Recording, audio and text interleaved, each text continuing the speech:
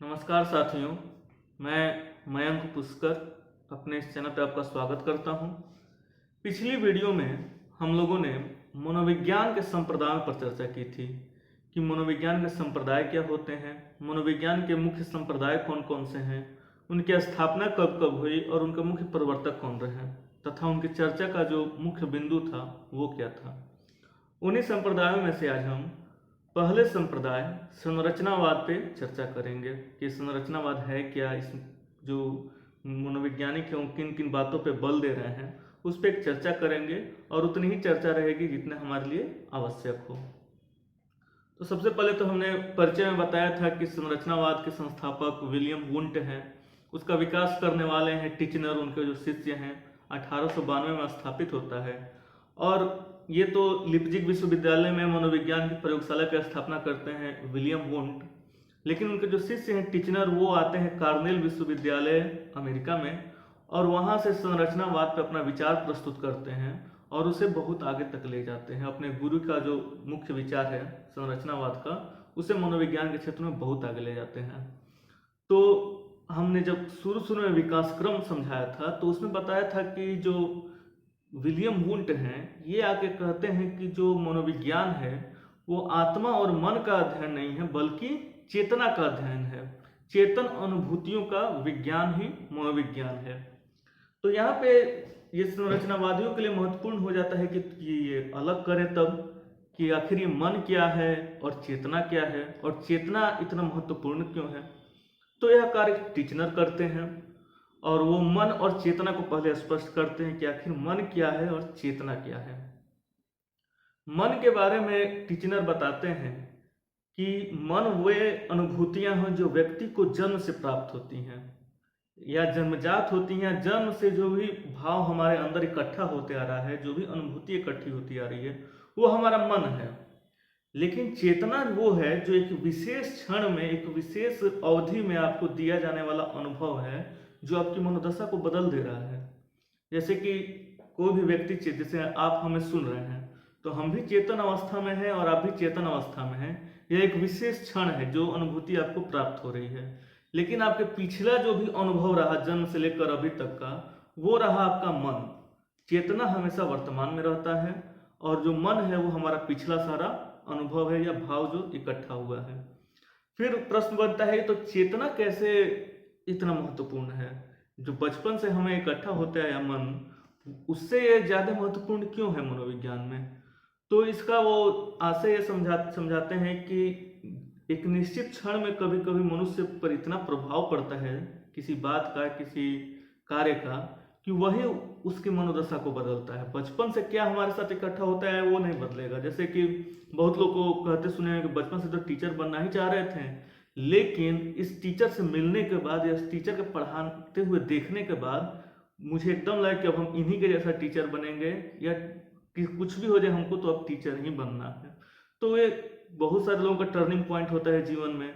जैसे कि अधिकांश अभिनेताओं को मैंने कहते सुना है कि मैंने जब दिलीप कुमार का नया दौर देखा तो अब मन में एकदम बैठ गया कि मुझे तो अब फिल्म में ही कार्य करना है। तो यह होता है जो चेतन अवस्था होता है, जो वर्तमान में मनुष्य को दिया जा रहा है एक निश्चित क्षण के लिए, वह जीवन को बदलता है, न कि जन्म से प्राप्त सूचनाएं हमें बदलती हैं। ये मनोवैज्ञानिक जो संरचनावादी हैं टिचनर, ये समझाते हैं।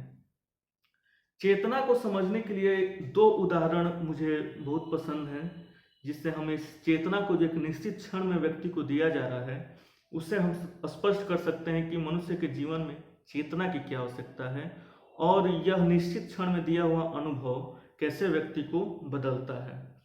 हम लोगों ने महाभारत में अर्जुन को समझा है कि अर्जुन जो धनुर्धर हैं और सबसे मुख्य योद्धा हैं महाभारत के युद्ध के, बचपन से तो मन में अर्जुन के चल रहा है कि हाँ मेरे साथ अन्याय हो रहा है, मुझे अपने अधिकारों को लेना है।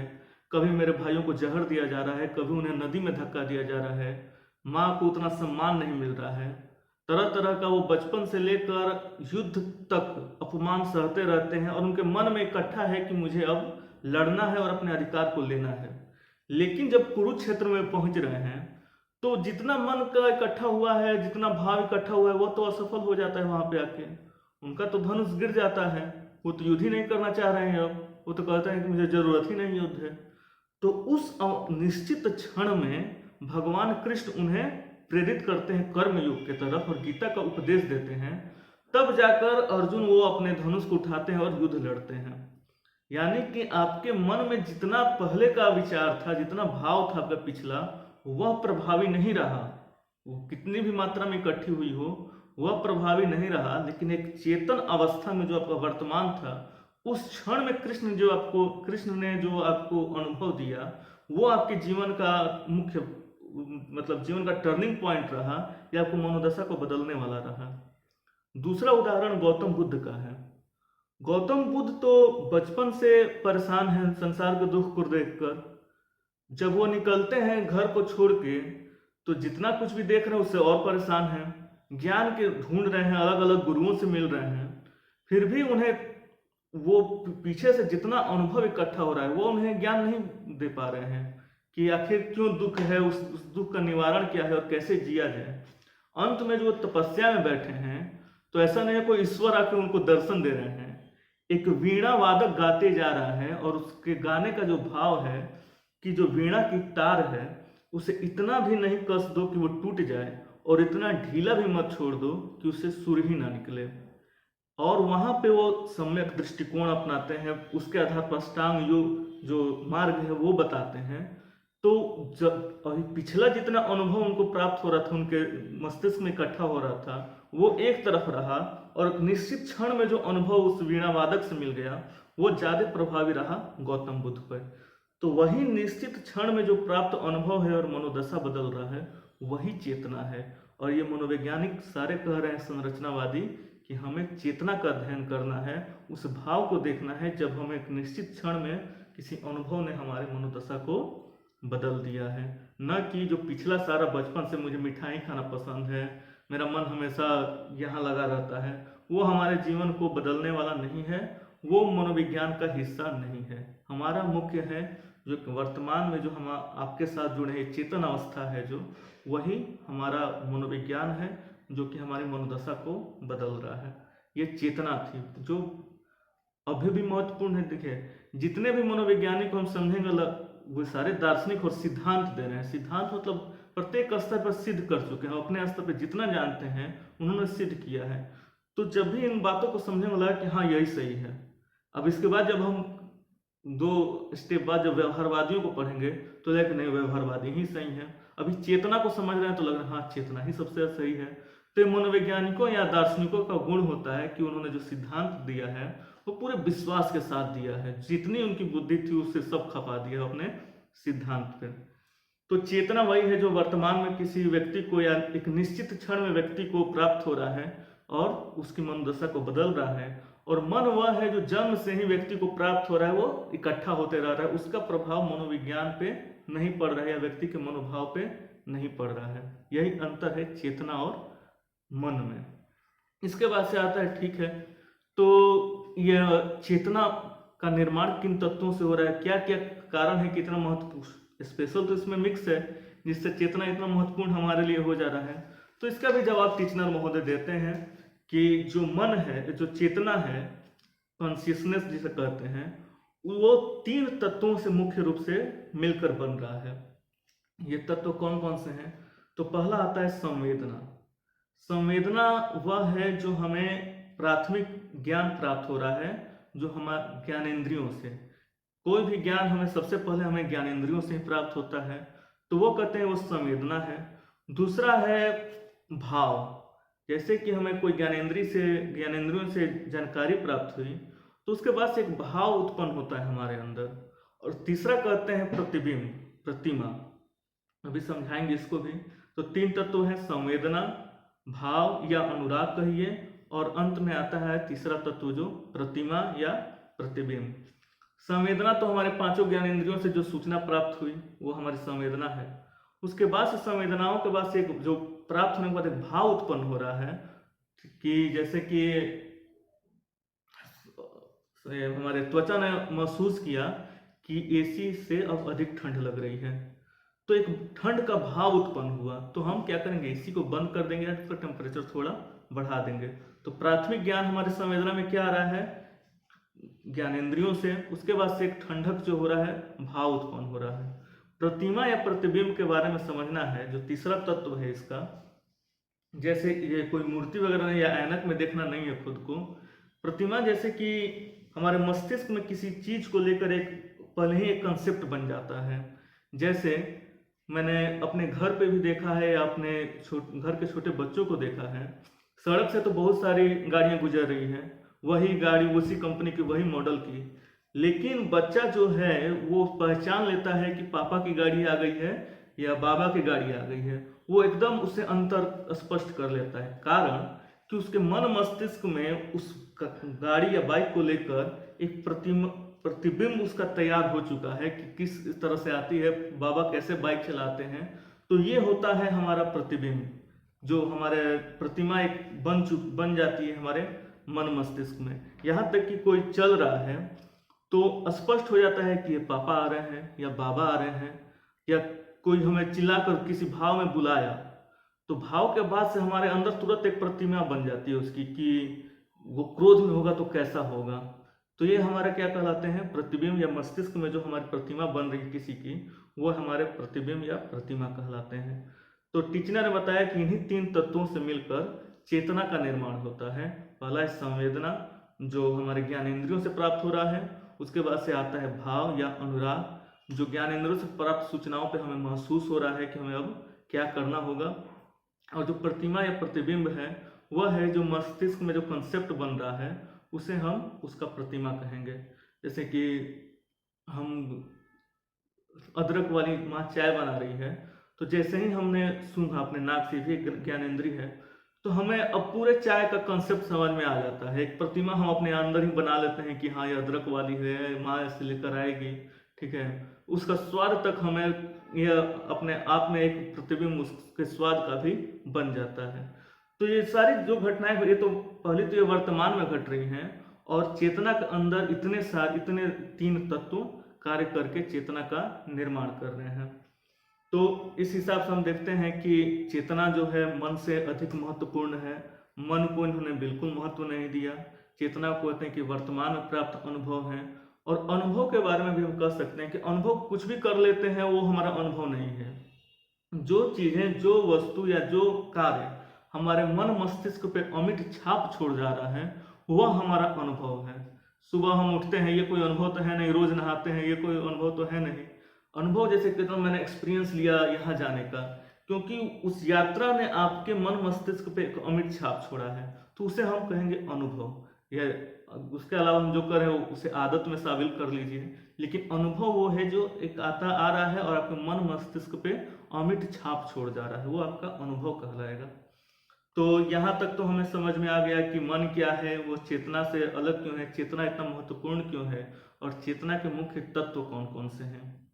इन्होंने जो विधि अपनाई है संरचनावादियों की चेतना को अध्ययन को, वो कह रहा है अंतर्निरीक्षण विधि है। अंतर्निरीक्षण विधि का अर्थ है कि हम अपने आप में अध्ययन करें। जैसे कि आत्मचेतना कहिए या आत्मज्ञान कहिए, तो ये कह रहे हैं कि कोई दूसरा मेरे मन को अध्ययन ना करे, ये हम खुद का अपने आप में अध्ययन करेंगे कि ये अनुभूति जो आ रही है वो मेरे जीवन पे कैसा प्रभाव डाल रही है, हमारा चेतन मन क्या कह रहा है, ठीक है, कैसी प्रतिमाएं हमारे मस्तिष्क में बन रही है किसी के प्रति। हम लोग ने बहुत लोगों को कहा है कि इनका इमेज खराब हो गया, तो इमेज का मतलब ये थोड़ी कि फोटो खींचने के दौरान इमेज उनका हिल गया है, खराब हो गया है। यानी कि जो मस्तिष्क की एक प्रतिमा है, जो अपने चेतन भाव ने एक प्रतिमा स्थापित किया है किसी व्यक्ति का, उसमें गड़बड़ी आ गई है, उसके भाव में गड़बड़ी आ गई है, उसके एटीट्यूड में गड़बड़ी आ गई है, न कि कोई फोटो में उसकी गड़बड़ी आ गई है। तो वही प्रतिमा कहलाता है कि प्रतिमा, भाव और संवेदना, यही तीन तत्व मिलकर हमारे चेतना का निर्माण कर रहे हैं। जो अध्ययन की विधि है चेतना के तत्वों का या चेतना के अनुभूति का, वह है अंतर्निरीक्षण विधि।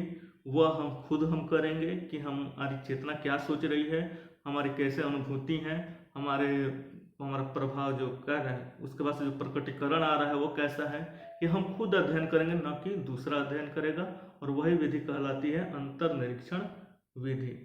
तो ये तो हो गई हमारी विधियां, उसके तत्व, चेतना और मन में अंतर।